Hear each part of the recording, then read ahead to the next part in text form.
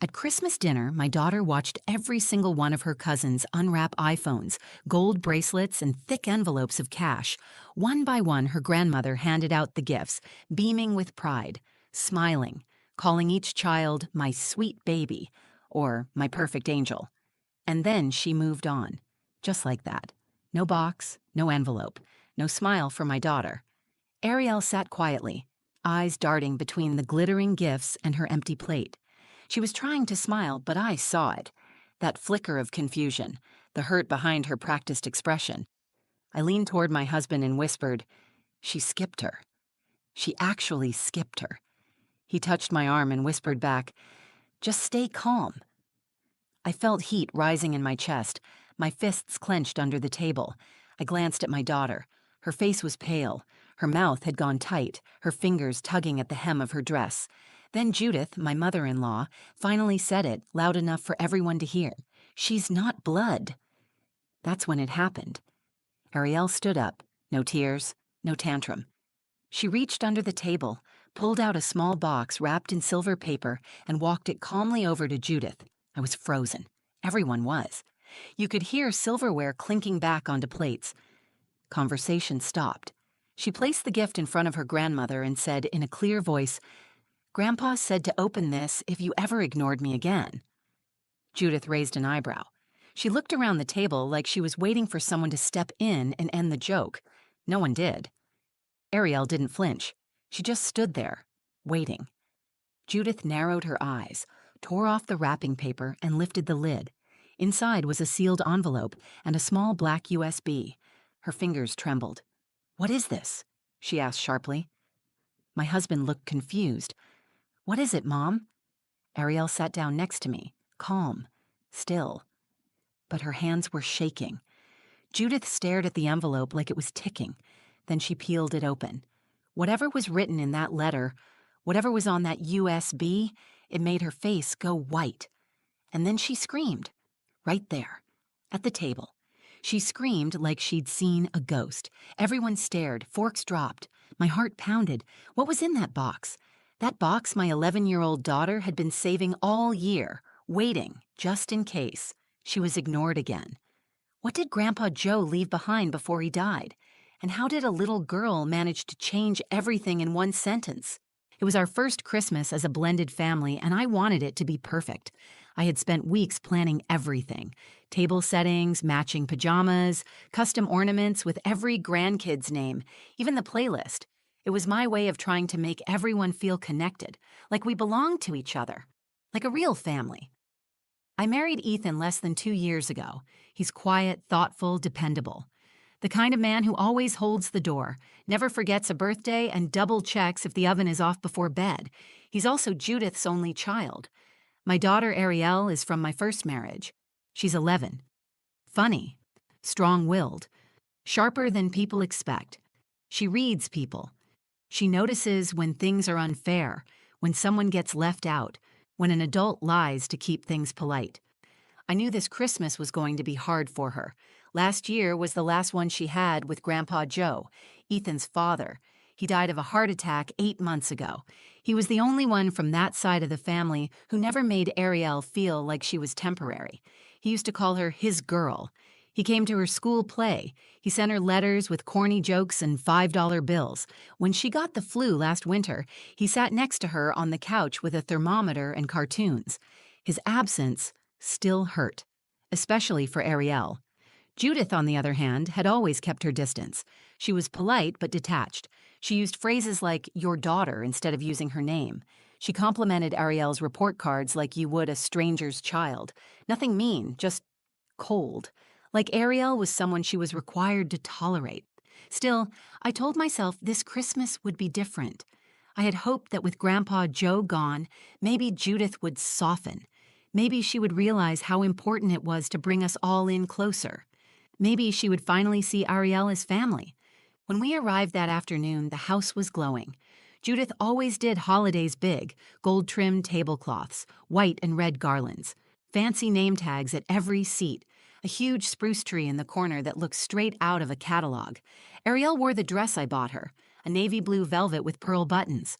She had curled the ends of her hair that morning and practiced saying thank you in advance, just in case she got something unexpected. She still believed in the magic of the day. I could see it in the way she kept sneaking glances at the stack of presents under the tree. I wanted so badly for that belief to last. Judith greeted us with air kisses and the same line she always used when she saw Ariel. "Look how much you've grown." No hug, no warmth, just enough formality to keep up appearances. The rest of the family trickled in. Ethan's nieces and nephews, all younger than Ariel, his cousins, Judith's sister. The dining room swelled with voices and clinking glasses, and for a little while, it felt okay. Normal. Dinner was loud and beautiful. Candles flickered, plates were passed around.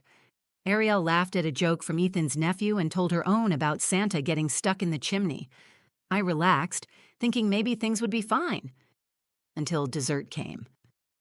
That's when Judith stood up and cleared her throat. She had placed small wrapped boxes and envelopes beside each of the grandkids' seats, 6 of them. She walked from child to child, calling each one by name, complimenting their schoolwork, their piano lessons, their latest sports trophies. Every single one received a new iPhone, a delicate gold bracelet, and an envelope filled with cash. Every single one, except Ariel. When she skipped over her seat, my first thought was maybe she forgot. Maybe she left it in another room or just missed a step. I looked at Ethan. He was watching his mother closely, but he said nothing. Then Ariel turned toward me. Her eyes asked the question her voice didn't dare speak. I looked back at Judith, trying to give her the benefit of the doubt one last time. She glanced down, saw Ariel's empty spot, and said flatly, "She's not blood." The room fell quiet. Ethan put a hand on my arm. "Just stay calm," he whispered. But something had broken in that moment. I could feel it, not just in me, in Ariel. She sat so still. Her eyes didn't well up. She didn't run. She just breathed once, slowly, then reached down under the table and pulled out the box, the one she had brought herself. I wish I could say I spoke up right away, that I stood up and said something bold or defiant, but I didn't. I sat there, frozen, trying to process what had just happened. My daughter had been publicly, intentionally excluded, and everyone saw it. Judith's voice echoed in my head. "She's not blood." It wasn't a mistake. It wasn't an oversight. It was deliberate. She wanted to make a point. Across the table, Ariel was still. Too still. She didn't reach for her fork. She didn't blink. Her posture was perfect, shoulders straight, hands folded in her lap. The only sign of her pain was the way her jaw clenched, just slightly, like she was forcing herself not to cry. Around us, the silence thickened. Ethan's sister shifted uncomfortably. One of the younger cousins whispered to his mom, asking why Ariel didn't get a gift. Nobody answered him. I felt heat rise to my cheeks, not just anger, shame. Shame that I had brought my daughter here hoping to find warmth. Shame that I had sat through so many holidays pretending everything was okay. Shame that I had married into a family where someone could look my child in the face and decide she was unworthy. I turned to Ethan. "Say something," I whispered. He looked at me with helpless eyes. "I didn't know she was going to do this," he said under his breath. "Just stay calm." "Calm?" I hissed. "She humiliated her." Ethan looked down.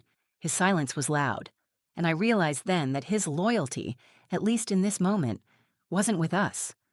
I looked back at Judith. She was sipping her wine, unmoved, as if skipping over Ariel was as routine as passing the mashed potatoes. Her face didn't show a flicker of doubt. I opened my mouth to speak, to defend my daughter, but before I could, Ariel moved. She didn't run from the room. She didn't cry. Instead, she slowly reached under the table and pulled out a small silver-wrapped box. I had no idea she had brought it. I watched her place it on the table next to her untouched dessert, and then, without a word, she stood up. Every eye turned to her. The room went completely still. Even Judith looked curious now, her head slightly tilted as Ariel walked around the table, holding that little box in both hands. She stopped in front of Judith and placed the box carefully on her plate. "Grandpa said to open this if you ever ignored me again," she said, clear and steady. Judith raised an eyebrow. "What?" "He said to give you this if you ever made me feel like I didn't belong," Ariel said. Her voice didn't shake. There was no anger in it, no drama, just truth. I stood slowly, but I didn't move toward them. I was in awe. My daughter wasn't just standing up for herself. She was doing it with more grace and strength than most adults I knew. Judith scoffed. "What on earth is this, a prank?" "No," Ariel replied. "It's a message. He told me to save it for the right moment." Judith looked at Ethan. "You knew about this." He shook his head. Number I didn't. Judith huffed, clearly annoyed at the attention, but curiosity got the better of her. She peeled the wrapping off with sharp fingers and opened the box. Inside was a plain white envelope and a small black USB drive. Nothing else. No bow, no decoration, just that. Judith picked up the envelope and opened it. She pulled out a folded letter and began reading. Her eyes narrowed, her lips pressed tight. Her hand trembled slightly. "What is it?" Ethan asked. She didn't answer. Ethan took the USB and plugged it into his laptop at the side table. A video file appeared. Without waiting for permission, he clicked it. The screen lit up with a video of Joe, Grandpa Joe, sitting in his favorite recliner, wearing one of his worn flannel shirts. He looked tired, but his eyes were kind, focused, serious. "If you're watching this," he said, "then I'm gone. And Judith, I'm guessing you did what I asked you not to do. You made that little girl feel like she wasn't part of this family." The room held its breath. He looked straight into the camera. "Ariel is my granddaughter, not by blood, by choice. And that matters more. I set something aside for the kids. But if you ever treat her like she's invisible again, then it all goes to her. Everything." Judith's face turned white. Joe smiled gently in the video. "I trust you'll do the right thing, even now." Then the screen went black, and Judith screamed. After Judith screamed, the room seemed to split into two versions of itself. On one side, everyone frozen in stunned silence, watching her unravel. On the other, my daughter, sitting calmly at the end of the table like none of it touched her. Her composure didn't crack. Her hands stayed folded in her lap. Her shoulders didn't slump. I was still standing, staring at her, trying to understand how she had planned this, how she had known, how she had waited. Judith clutched the letter in one hand and pointed at Ariel with the other. "This is manipulation. This is disgusting," she said. "You're using a dead man to guilt me. Shame on you." Ethan's voice broke through. "He recorded that before he passed, Mom. It's dated. You know it's real." She turned on him. "So you're just fine with this? You're letting this little girl hold the entire family hostage?" "She's not holding anyone hostage," Ethan said, finally raising his voice. "You made her feel unwanted in front of everyone. Dad saw this coming. He tried to protect her in the only way he could." Judith looked around, expecting someone to back her up, but no one said a word. Even her sister was silent, staring at the USB drive like it had detonated in the center of the room. Ariel turned to me and whispered, "Can we go home now?" I knelt beside her and touched her hand. "Just one question first," I said. "How did you know she'd do this?" Ariel looked away from me and fixed her eyes on the fireplace across the room. "Grandpa told me last Christmas that if he wasn't here next year, I needed to be ready. He said people change when they lose someone, that some people get kinder, and some just get worse." She reached into her purse and pulled out a second folded piece of paper. "He gave this to me. Told me to only read it if I started to think I didn't belong." I opened it slowly. His handwriting was jagged and fading, but clear.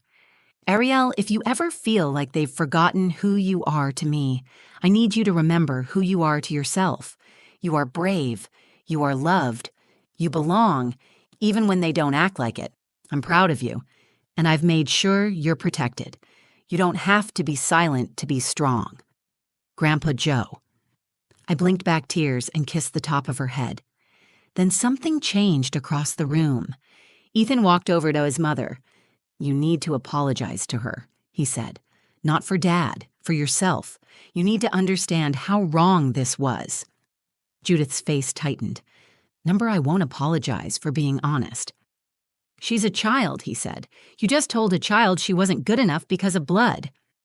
Judith stood, and her chair screeched back across the hardwood floor. "Then I guess I'm done pretending," she snapped. "If that makes me the villain, fine, I'll be the villain." She stormed out of the room, her heels clicking hard against the floor. The door to her study slammed shut behind her. Nobody followed. The remaining guests slowly began clearing their plates, some in silence, some whispering to each other. The cousin brought Ariel a slice of cake and quietly said, "That was pretty brave." Ariel smiled politely, but her appetite was gone. Ethan came over and rested his hand on my shoulder. "I'm sorry," he said. "I didn't know she would take it this far." "You've known what she's capable of for years," I said. "You just never thought she'd do it in front of witnesses." He looked at the floor and nodded. That night, in the car, Ariel leaned her head against the window and said, "I don't feel sad. I thought I would, but I feel okay." I looked at her in the rearview mirror. "You handled yourself with more grace than any adult in that room." She shrugged. "I didn't want to hurt her. I just didn't want to feel invisible anymore." "You never were," I said. "Not to the people who matter." As we pulled into our driveway, the lights from inside our house glowed through the windows. I realized then this wasn't just a turning point for Ariel. It was one for me, too. We had spent too long trying to be accepted into a place that only ever gave us half-open doors. But Ariel had walked through that house with her head high. She had handed a box across the table and told the truth, not with anger, not with shame, with courage. And now, things would never be the same again. The next morning, Ethan and I sat at the kitchen table in silence, coffee growing cold in our mugs. Ariel was still asleep, curled in the blankets she had dragged to the couch, after insisting she wanted to sleep near the tree. Neither of us had spoken much since we got home. There was too much to process. Judith's words, Ariel's strength, the video from Grandpa Joe. I finally said what had been burning in my chest since last night. She planned for this, not to make a scene, to protect herself. You saw how calm she was. She didn't go there hoping for a fight. She just didn't want to be hurt again. Ethan nodded slowly. I keep replaying Dad's words. He knew. He really knew what she would do. I pulled the folded letter from my purse and read it again. Joe's handwriting shook a little, like he had written it on a bad day, but the message was firm. Ariel is my family. Period. If you can't see that, then the things I've worked for will go to the one who could. Below that was a copy of a notarized document, a copy that Joe had placed in the same envelope. He had revised his estate plan before he passed. In the presence of 2 witnesses, he had signed over the educational trust originally meant to be split between the grandkids. If Judith or any member of the family intentionally excluded Ariel from an equal gift or inheritance, the full amount would default solely to her. It wasn't just symbolic. It was enforceable. Ethan had scanned the document, checked the dates, the signatures. It was legitimate. And binding. He had tried to call his mother that morning. No answer. By noon, Judith finally sent a message. Not to me, not to Ariel. She sent it to Ethan, a short text that read, "I hope you're happy. She's yours now." I read the message and felt a wave of something I hadn't expected. Relief. I wasn't interested in Judith's approval anymore. I didn't care about polite invitations or family dinners where Ariel was treated like an accessory. The spell had broken. Ariel came into the kitchen, still in her pajamas, rubbing her eyes. "Is Grandma mad?" she asked. I knelt beside her. "She's upset, but not because you did anything wrong. She's upset because she got caught showing everyone who she really is." Ariel looked down, thoughtful. "Does this mean we don't go there anymore?" I paused. "It means we don't go anywhere we're not respected. That's something I should have taught you sooner." She nodded and sat on my lap, quiet for a long time. Then she whispered, "Grandpa really loved me." "He did," I said, "enough to protect you even when he couldn't be here." Later that week, a letter arrived by certified mail. It was from Joe's lawyer. Inside was an official copy of the trust document, along with a short note Joe had left specifically for Ariel. It read, "If you're holding this, it means someone failed you. I'm sorry for that. But I want you to know I saw you. I loved you, and I believed in you more than I can say. You are mine, Ariel. Always. In the only way that ever mattered. I hope this gift reminds you that you belong, no matter who tries to tell you otherwise. Love, Grandpa." Ariel read the letter once, then again. She held it against her chest, folded it gently, and placed it in the small jewelry box Joe had given her the Christmas before. She didn't ask about the money. She didn't gloat. She didn't even smile. She just stood a little taller. Word spread quickly through the family. Some tried to stay neutral. A few quietly reached out to say they were sorry, but most stayed silent. Judith never apologized. Instead, she sent a final message through Ethan, that the family would be keeping things traditional going forward. We took that as permission to step away. Christmas had started with rejection, but it ended with clarity. Ariel didn't just walk away from the table with her dignity intact. She walked away with proof that someone had loved her deeply, fiercely, and without hesitation. She had taken her place not by force, but by truth. And in doing so, she taught me something I'll never forget. Love is not defined by blood. It is defined by action. That Christmas changed everything, not because of the money, not because of the legal documents, not even because of the video that made Judith scream and storm away from her own dining room. It changed because of what Ariel did, because of what she chose not to accept. Children learn by watching, and for years Ariel had watched me shrink myself in the presence of people who saw us as less. I had tried to smooth things over, to keep the peace, to believe that politeness could replace love. I told myself that if I just stayed quiet long enough, things would get better. But Ariel had been watching, and instead of copying that, she did something I hadn't. She stood up. She stood up when it mattered most. She defended herself without raising her voice. She delivered truth without cruelty. She refused to accept invisibility as normal. That night, after everything calmed down, I watched her sleep on the couch, the soft glow of Christmas lights flickering across her face. I realized she would carry that moment with her forever, not as trauma, as clarity. She would never again doubt her place in this world. When school started back after winter break, her teachers noticed something different. She raised her hand more. She volunteered for the debate team. She offered to read her writing aloud in front of the class. The girl who had once asked me quietly in the car if it was okay to correct a teacher was now helping classmates speak up for themselves. Ethan and I had some hard conversations after that day, honest ones. He admitted that he had grown up deferring to his mother's judgment without question, that her approval had always been his measuring stick.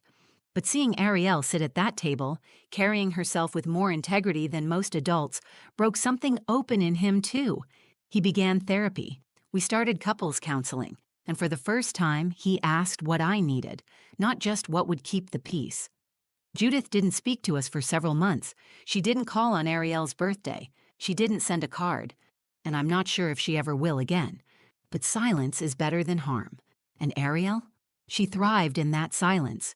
Without the weight of needing to be accepted, she stopped seeking it.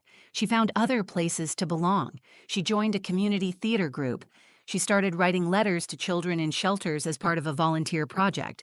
She began to understand something I hadn't known how to teach her, that being chosen is nice, but choosing yourself is powerful. One Saturday afternoon, I found her in her room going through a box of old photos. She held up a picture of her and Grandpa Joe, sitting side by side on a porch swing, both of them holding ice cream cones. She smiled.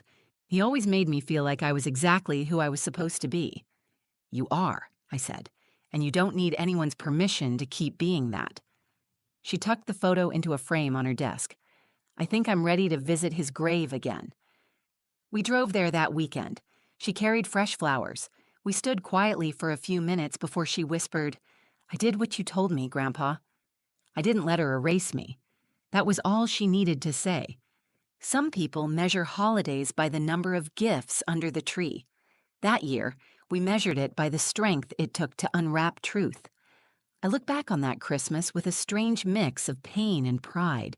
It wasn't the holiday I planned. It wasn't warm or joyful or easy, but it was real. It revealed everything we needed to see, and it gave Ariel something no wrapped gift ever could, a moment of absolute self-worth. She didn't need to raise her voice. She didn't need to be loud. She just needed to be seen, and she made sure that she was. That's what I carry with me now, not the conflict, not Judith's reaction, not even Joe's will. What I remember is the way an 11-year-old girl, surrounded by glittering gifts and cold glances, stood up and told the truth. What I remember is the way she taught a room full of adults what family actually means. Not blood, not obligation, love. Love that shows up. Love that protects. Love that doesn't ask you to prove yourself first. That was the gift she walked away with, and it was the only one that mattered. If this story moved you, if it reminded you of someone you love or something you've lived through, I want you to know you're not alone. There are children like Ariel everywhere, waiting to be seen. There are families trying to heal and voices trying to be heard. And sometimes all it takes is one moment of truth to change everything. If you believe in stories that speak up for the overlooked, the underestimated, and the quietly brave, please like this video so more people can hear it. Share it with someone who might need to know their worth isn't defined by blood or approval. And comment below. Tell me your story. Have you ever had to stand up for someone you love or for yourself? And if you want more stories like this, real, raw, and full of heart, subscribe to the channel. Hit the bell so you don't miss what's next, because here, every voice matters, and some of the smallest voices carry the strongest truth. Thank you for watching. I see you, and I'm glad you're here.